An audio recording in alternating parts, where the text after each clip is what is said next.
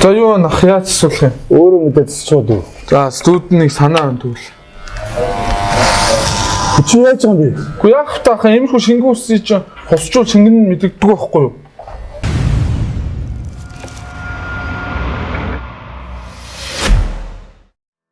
Үс яагаад ундаг вэ? Үсний уналтын эсрэг шампунь, түрхлэг, үс ургуулдаг бүтээгдэхүүнүүд хэр үр дүнтэй вэ? Үс суулгах технологи гэж юу вэ? Эдгээр асуултанд энэ бичлэгээр хариулах болно. Та бүхэн лайк дарахаа битгий мартаарай. Үс уналтын шалтгаанууд маш олон бий. Эрдэс бодисын дутагдал, дархлаа сулрах, хүчтэй стресс, химийн ордлогоос, бамбаа булчирхай болон дотоод шүүрлийн асуудлуудаас болдог. Харин хамгийн илбэг тохиолддог асуудал бол андрогены аллопециум. Үс циклээр ургадаг.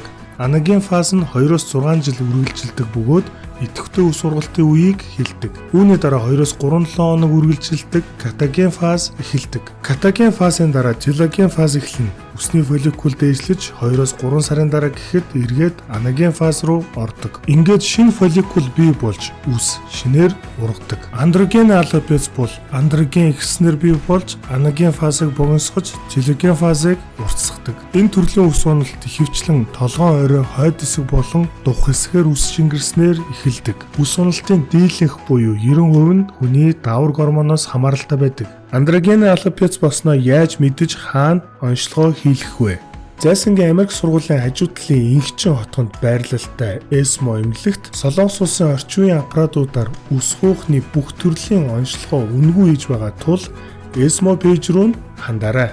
Үс уналтын эсрэг шампунь, түрхлэг, үс сахал ургуулдаг бүтээгдэхүүнүүд хэр үр дүнтэй вэ? Үс сахал ургуулдаг гэх миноксидилийг анх 1950 онд Апчон компани гарган авчээ. Ходоодны шархлааг эдгэх зорилгоор гарган авсан бодис нь шархлааг эдгээдэггүй гэдг нь батлагдсан ч маш сайн судас тэлдэг байжээ. Ингээд энэхүү бодисыг артерийн даралтыг буулгах эмчилгээнд туршиж байсан боловч үс ургалтыг дэмжиж байсныг ажигласан байдаг. Орчин цагт миноксидилийг гол төлөв сахал ургуулахад ашиглаж байгаа. Мэдээж толгойн үсэн түрхвэл ургалтыг дэмжинэ. Миноксидилийг өглөө оройд 2 түрхэх хэрэгтэй байдаг. Харин андроген аллопец болсон тохиолдолд энэхүү бодис танд тус болохгүй. Мэдээж дараагийн эмтэй давхар хамт хэрэглэвэл үр дүн илүү өгнө. Энэхүү юм бол 5 альфа редуктазын ингибитор болох финастерид юм. 5 альфа редуктаз нь тестостероныг дигидротестостерон болгодог. Харин ингибитор болох финастерид нь 5 альфа редуктаз ферментийг идэвхгүй болгодог. Энгийн үгээр бол таны толгоон үсийг шингэрүүлдэг андроген болох дигидротестостероныг багасгадаг гэж хэлж болно. Энэхүү юм нь түрүү булчирхаан хоргоо хавдрын юм. Гэвч андроген аллопец тусалдаг цорын ганц юм нь финастерид байдаг. Энэ юмд ганц том сул тал бий. Тэр бол бэлгийн дур хүслийг буулгадаг. Дооц тунгийн тааруулахгүй бол бэлгийн дуршил огт үгүй болж мэднэ. Миноксидилийн сул талууд бол өдөр болгон түрхэх, арьс загтнах, хуурайших, түрхэхээ болохоор ургалт буцдаг. Тэгэхээр тасралтгүй түрхэхээс өөр аргагүй байдаг.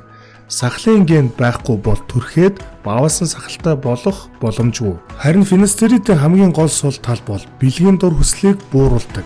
Бусад болцсошгүй сөрөг нөлөөнүүдийг дэлгэцэн дээр бичлээ. Хэрвээ хэрэгтэй бол пауз дараад үзээрэй. Миний хувьд өдөр болгон түрхэх миноксидил, бэлгийн дур хүсэл бууруулагч имийг тогтмол хэрэглэх үнэхээр төвөгтэй, үнэхээр ядаргаатай. Өдгөө 37 настай миний бие андроген аллопец болоод эхэлчихсэн. Гэрэлний дор толинд хараад зогсоход хүүх харагдаад эхэлсэн байна. Уг нь хүүхэд байхын маш өтгөн ширүү үстэй байсан.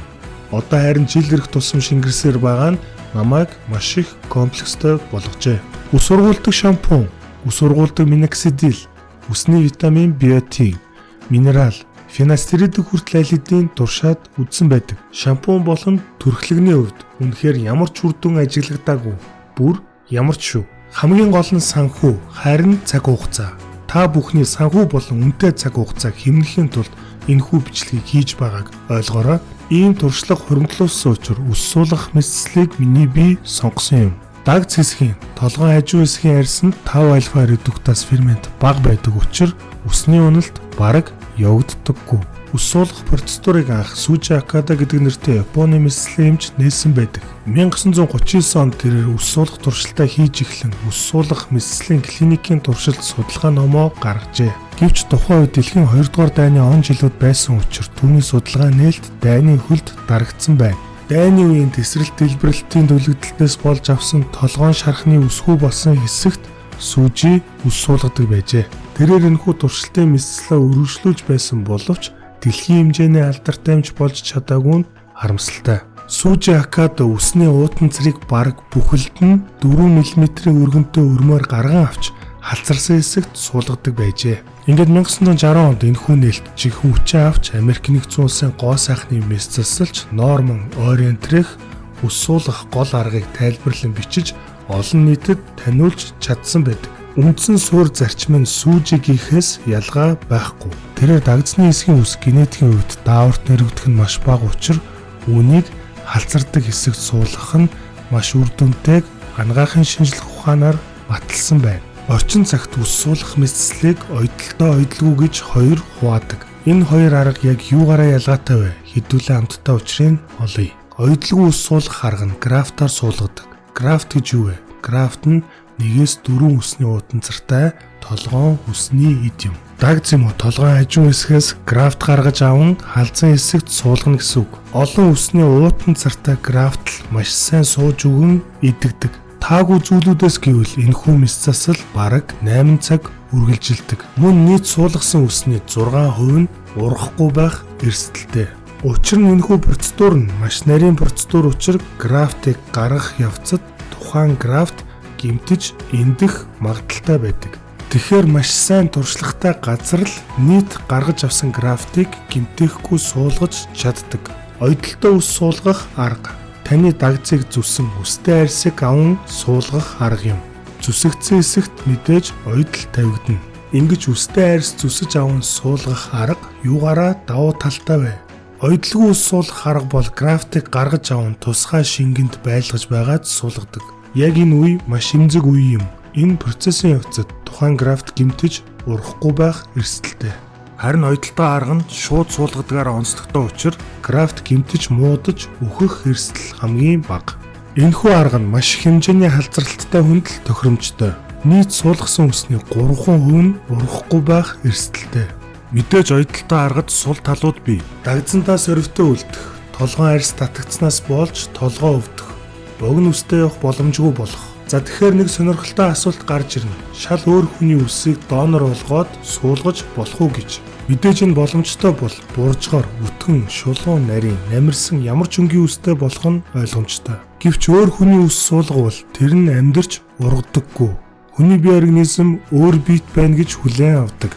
Тийм учраас энэ боломжгүй юм. Харин Америк нэгдсэн улсад хиймэл үс суулгадаг. Гэвч энэ нь ч гэсэн бие организм хүлээж авахгүй асуудал үүсгдэг байна. Мөн хэрвээ хиймэл үсийг нэг тайрвал ахиж ургахгүй нь ойлгомжтой. Хятадын парик зүдэг бичлэгнүүд их алдартай, магадгүй дүр төрхөө огцом өөрчлөхийг хүсвэл энэ наадаг үсийг туршихад гэмгүй байх. Хэрвээ дагц хэсэгтээ үс багтаа бол биеийн бусад хэсгээс үс суулгаж болох уу гэсэн асуулт гарч ирнэ. Хариулт нь тийм. Та сахалнаас гар болон биений үснээсээ бүр доод хэсгээсээ ч үс аван суулгах боломжтой. Үс суулгасны дараа яадаг вэ? Мэдээж та суулгасан графт болгоно харна. Суулгасан газар улаалттай байна. 3-4 хоног наранд гарахгүй толгоогоо угаахгүй.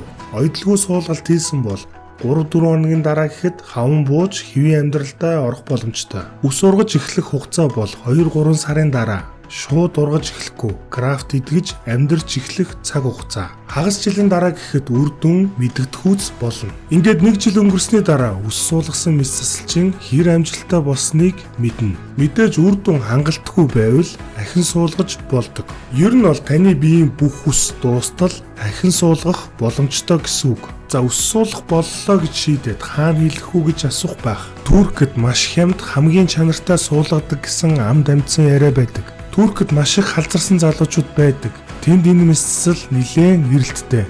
Ийм учраас бусад улс орнуудыг бодвол хамаагүй хямдхан тусдаг. Гэвч Америк, Турк, Солонгос, Монгол технологи нь бүгд яг хижлэхэн. Сүүлийн 70 жилийн хугацаанд үс суулгах шинэ технологи нэгч гараагүй. Хамгийн гол анхаарах зүйл бол үс шилжүүлэн суулгах эмчийн туршлагыг харах хэрэгтэй. Миний хувьд ESMO эмнэлгийг сонгосон шалтгаан бол эмчин юм. Тус эмнэлгийн инхчин эмчин Турк улсад үс шилжүүлэн суулгах мэрэгжил дэвшлүүлсэн бөгөөд 5 жилийн маш сайн туршлагатай. Таны графтыг нүдний цэцгийн мэт хайрлаж суулгах болно. Эсмо арьс шүд гоо сайхны эмнэлэг нь нээлтийн урамшуул зарлаж байгаа бөгөөд 3 сарын 1-ээс өмнө бүртгүүлсэн хүмүүст үсний тоо ширхэг хязгааргүй 3 сая төгрөгөөр ус шилжүүлэн суулгаж байна. Та бүхэн пэйж руу хандаж мэдээлэл аваарай. Утасны дугаар нь 77 66 95 96 88 83 26 60. За энэ үрээд энэхүү бичлэг маань өндөрлөж байна. Хэрвээ таалагдсан бол лайк, шеэр мөн халзарч буй найздаа энэ бичлэгийг мессенжерээр нь шийдээд үзүүлээрэй. За ингээд инхчийн эмчтэр үс шилжүүлэн суулгах хагалгаанд ороод гараад ирлээ. BHI арга буюу дагдсны хэсгээс ус аваад хөмсөг болгонд толгоон орой хэсэг дух хэсгээр ус шилжүүлэн суулглаа. За сансныг бодвол өвдөлтийн хувьд бол харьцангуй бага байлаа. Мэдээж одоо энэхүү хагалгаа амжилттай болсныг та бүхэн 1-2 сар хүлээгээд дараагийн бичлэгээ та бүхэн үзүүлж танилцуулах болно гэж бодож байна. За ингээд төгсгөлд нь Эсмо эмнэлгийн мэрэгжлийн маш өндөр түвшинд энэхүү хагалгааг гүйцэтгэсэн хамт олонд баярлалаа гэж хэлээд бичлэгээ өндөрлөё.